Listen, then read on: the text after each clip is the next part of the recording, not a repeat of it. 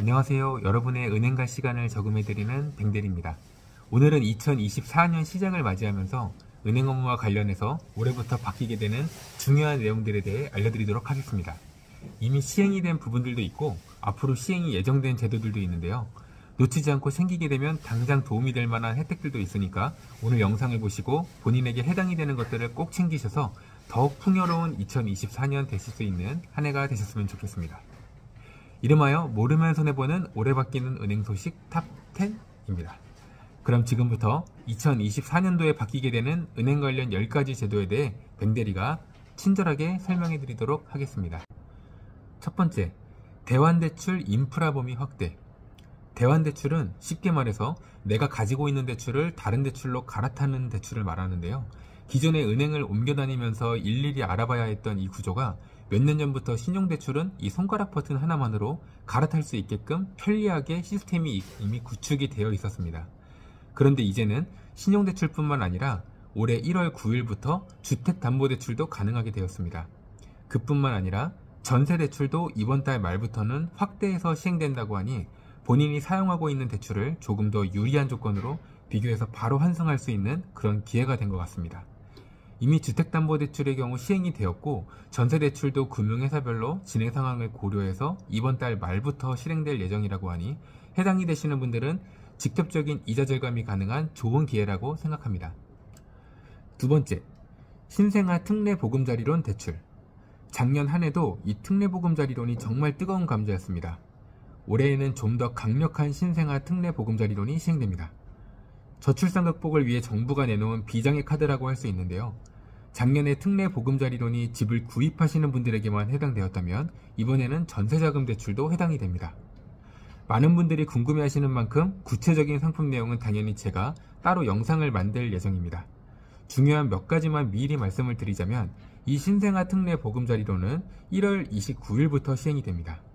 신생아는 2023년 1월 1일 이후 태어난 태아부터 적용이 되고 소득은 부부 합산 1억 3천 이하면 가능합니다. 소득과 보증금에 따라서 최대 1.1%부터 3.3%의 구간의 금리를 적용받게 됩니다. 보통 디딤돌이나 버팀목 대출과 거의 비슷한 내용이긴 한데요. 조금 다른 점은 평생 고정금리가 아니라 이 구입자금은 5년, 전세자금은 4년만 이 금리가 적용됩니다. 그 이후로는 시중은행의 최저금리가 적용된다고 하니 이 부분이 차이가 있겠습니다. 심지어 구입자금 대출은 1주택이 있으신 분들도 갈아타기가 가능하다고 하니까 신생아가 있는 집은 큰 혜택을 받을 수 있는 상품이라고 볼 수 있겠습니다. 세 번째, 중소기업 청년 전세대출이 연장 및 확대 시행됩니다. 당초 23년 말에 끝날 예정이었는데 1년 더 연장 운영이 정해졌습니다.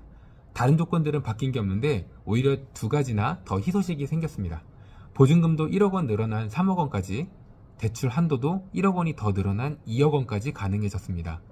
심지어 연장 시점마다 금리를 0.1% 가산하거나 금액의 10%를 상환해야 되는 규정도 있었는데 1회차 연장하시는 분들에게는 이런 부분마저 생략이 가능해졌습니다.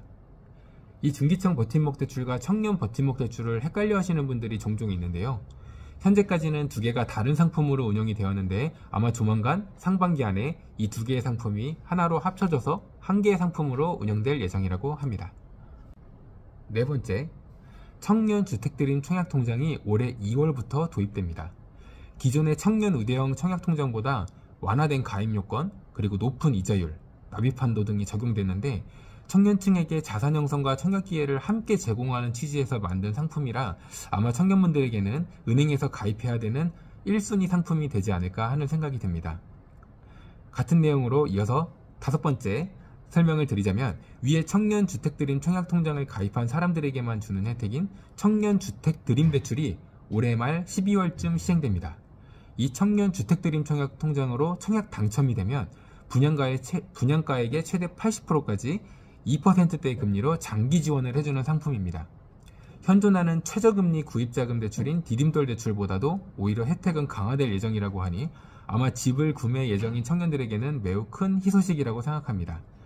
이 대출을 받을 수 있는 대상은 만 39세 이하 무주택자이어야 되며 미혼은 연소득 7천, 기혼은 1억 원으로 제한이 있습니다.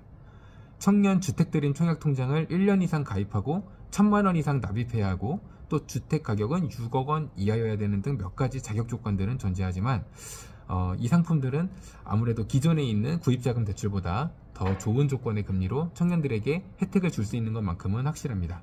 이 상품도 좀 더 구체적인 내용은 올 연말쯤에 시행될 때 영상으로 만들어 보도록 하겠습니다. 6번째, 역시 청년들을 위한 제도에 대한 내용입니다. 청년 월세 대출의 상품의 경우도 주거비 부담 완화를 위해서 지원 대상과 한도를 기존보다 확대해 주었습니다. 이제 보증금은 6,500만원까지, 대출 한도는 4,500만원까지도 올해 3월부터 가능해졌습니다. 전세뿐만 아니라 월세를 이용하는 청년들에게도 매우 좋은 혜택이라고 할 수 있겠네요. 7번째, 그리고 8번째는 청약통장에 관련된 내용인데요. 미성년자 자녀들에게 만들어준 청약통장은 그동안 몇 년을 가입시키든 그 기간이 최대 2년밖에 인정되지 않았습니다. 근데 이제 가입 인정기간이 5년으로 상향될 예정입니다. 이 확대 인정되는 부분은 올해 7월달부터 시행될 예정입니다. 또 주택청약의 소득공제가 기존에는 240만원까지 밖에 되지 않았는데 이제는 300만원까지 올해 1월부터 변경된다고 하니 연말정산의 소득공제에 대한 전략을 세우실 때 우선적으로 이 부분을 적용하시면 상당히 유리해지실 것 같습니다. 9번째, 전세대출 사건 사고가 유독 많았던 탓에 임대사업자들의 임대보증금 반환보증 가입 요건이 7월부터 더욱 강화될 예정입니다. 그동안 좀 더 높게 나온 감정평가서를 이용해서 가입을 하는 경우도 많았는데 이제는 공시가격이나 실거래가격이 없는 경우에만 그런 감정평가 가격이 적용될 예정입니다. 또한 보증금이 공시가격의 150% 안에만 들어오면 됐었는데 이제는 공시가격의 126% 안에 들어와야 가입이 가능해진다고 하니 기존보다 훨씬 가입 요건이 강화되겠습니다. 자, 마지막으로 10번째, 주택담보대출 관련 스트레스 DSR 제도가 도입됩니다. 지금 현행 제도상으로 실질적으로 담보대출에 걸림돌이 되는 게 이 DSR 제도였는데요. 오히려 더 스트레스를 주는 제도로 보여집니다. 앞으로는 현재 시점 금리가 아니라 미래의 금리 변동 위험성까지 이 상환 능력에 반영시켜서 산출을 시키겠다는 건데요. 한마디로 말하면 대출을 받기가 좀 더 어려워질 것으로 보입니다. 올해 2월부터 단계적으로 진행을 하면서 내년부터는 완전히 정착하게 되는 제도인데 은행에서 주택담보대출 받기가 더 힘들어질 것 같습니다.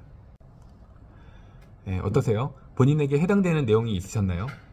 2024년도에 변화가 되는 중요한 제도들에 대해서 제가 총 10가지로 선정해서 최대한 좀 쉽게 설명해 드리려고 노력을 해봤습니다. 대부분이 청년이나 신혼부부들에게 해당되는 혜택들이 많은 것 같습니다.